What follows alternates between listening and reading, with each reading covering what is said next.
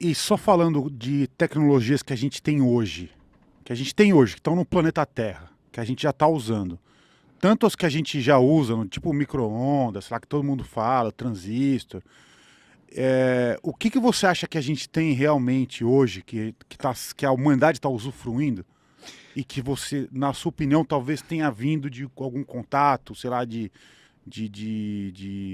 quedas de naves, alguma coisa que os americanos recuperaram? Olha, eu não posso te provar, porque nunca Não, claro, sim. os americanos vão dizer Aham. isso aqui veio de uma nave extraterrestre. Claro, claro.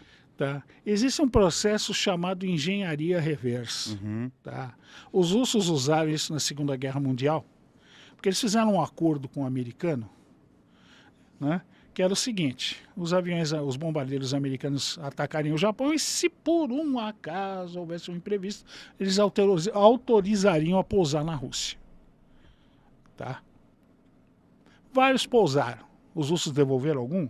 Uhum. Nenhum. Uhum. O que eles fizeram? Uma engenharia reversa, e apareceu um bombardeiro russo chamado Tupolev Tu-4. Se eu puser de um lado de uma B-29, você não sabe quem é quem. Tá? Isso eles levaram anos para desenvolver uma tecnologia nossa. Como é que eu vou fazer engenharia reversa de uma tecnologia que está séculos, milhares ou milhões de anos à nossa frente? Foi aquele exemplo que eu te falei. Pega o seu celular, vai na Amazônia, pega uma tribo que não tenha contato com o homem branco e pede para ele montar um. Pode levar os componentes para ele, não tem a sol, ferro de soldado, tudo que você quiser. Ele vai montar? Não vai. Uhum. Não sabe nem por onde começar. Então eu acredito que a engenharia reversa nós conseguimos em algumas coisas simples. Então aí que vem. Dizem que o transistor veio daí. Porque se você olhar a eletrônica, tá? Faz uma pesquisazinha, você vê que nós demoramos muito para chegar num transistor da vida. Uhum. Tá? Aí depois o que acontece? Tá? Aí veio o circuito integrado, né? O CIs, né? Então, aí houve toda uma progressão. Houve a queda da nave em Roswell. Dizem que essa tecnologia foi o que se conseguiu até agora desvendar. Só que o americano faz o seguinte: ele desvenda isso, joga isso para uma universidade e ela assume a descoberta. E você vende isso aí, você ganha dinheiro em patente, etc, etc, etc. Se eu falar que é uma tecnologia de fora, você perde o direito à patente, então você vai perder milhões. Então o americano não tem interesse nem que você saiba o que eles têm, e muito menos também não quer perder dinheiro. Tá? Então, por exemplo, você tem, que eu falei, você tem um transistor, você tem um circuito integrado. Dizem que a válvula de micro-ondas que você usa no seu forno deriva disso. Tá? Outro exemplo, aquele metamaterial que eu falei para você, dizem que também deriva de tecnologia de fora. Tá? Então, são algumas coisas que a gente tem. Uhum. Tá? O quanto foi desvendado disso, eles não vão falar nunca.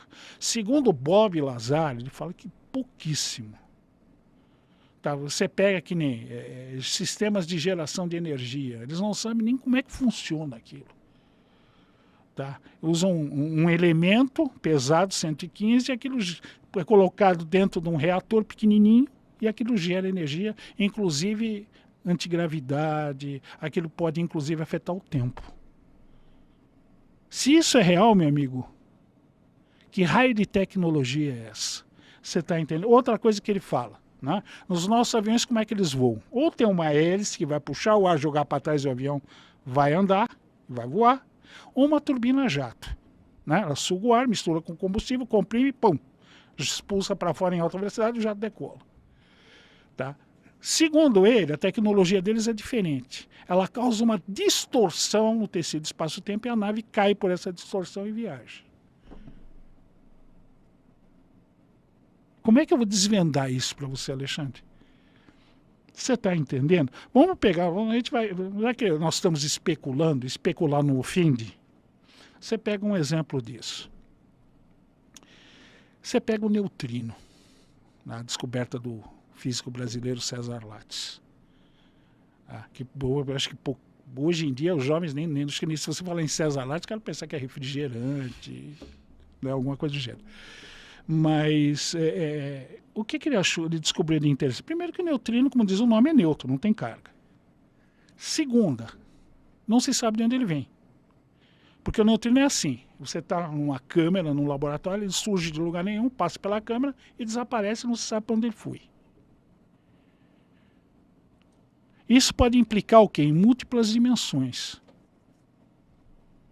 Como é que eu vou reproduzir isso, Alexandre?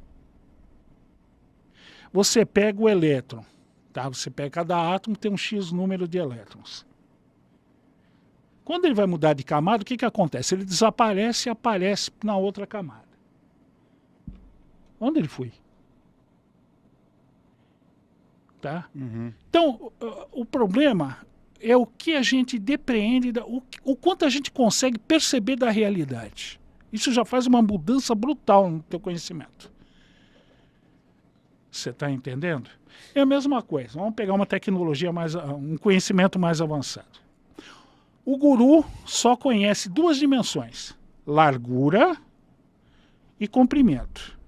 Não é isso? São 3 dimensões, mas eu estou falando de 2. Você não conhece a terceira, que é a altura.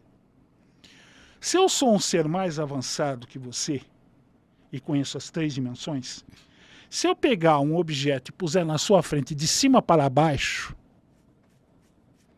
que é a terceira dimensão, e você não vê, o que você vai achar que é? Milagre. Sobrenatural. Da onde surgiu isso? Imagina uma civilização que conhece 4, 5, 6, 8, 10, 12 dimensões. O que ela é capaz de fazer? Então, tem muito caso, Alexandre, que as pessoas narram o seguinte: o cara vê uma nave de 10 metros de diâmetro. Tá? Vamos pegar um exemplo. Que tamanho tem essa sala aqui que nós estamos? Você tem noção? Tem uns 6 metros. 6 metros. Vamos supor isso. Então, nós vemos uma nave de 6 metros. Então, você olha a nave por fora, ela tem 6 metros. Quando você olha por dentro, ela tem 20. Uhum. Isso muita gente já relatou. Isso implica conceito de 5ª dimensão. Como é que eu faço isso, Alexandre?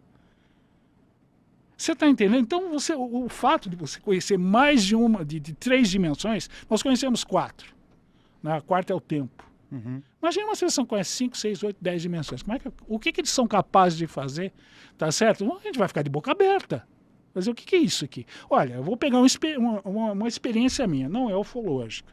Eu estava num centro espírita, que infelizmente hoje não existe mais, e realizava-se fenômenos de materialização. Eu estava sentado à mesa, tá? Todo mundo ali de mãos dadas, bonitinho, concentrado, tal. Surgiu uma rosa branca, 1,5 metro, 2, acima da mesa. Surgiu, assim, pum. E eu fiquei olhando aquilo, eu falei, não. É truque. Não. Eu falei, peraí, deixa eu ver. A rosa tá aqui, eu passei a mão dos lados, em cima, embaixo, na frente, não tinha fio nenhum. Aquilo tá pairando no ar como? Ela foi descer na frente da dirigente da casa. Foi um carinho que as entidades espirituais fizeram para ela. Da onde é que veio isso aí, meu amigo? Como é que aquilo surgiu na minha frente e eu não... Da onde veio aquilo? Ou seja, essas entidades vivem em outras realidades, outras dimensões, aquilo que na TCI a gente aprende. O tempo em cada dimensão é diferente, o nível de realidade é outra, não tem nada a ver. Se você fosse basear exclusivamente no nosso conhecimento, na nossa ciência, meu amigo, você vai daqui até lá a parede, já acabou. Você não vai além disso. Por isso tem muito físico hoje que fala em teoria das supercordas, 10 dimensões, 11 dimensões.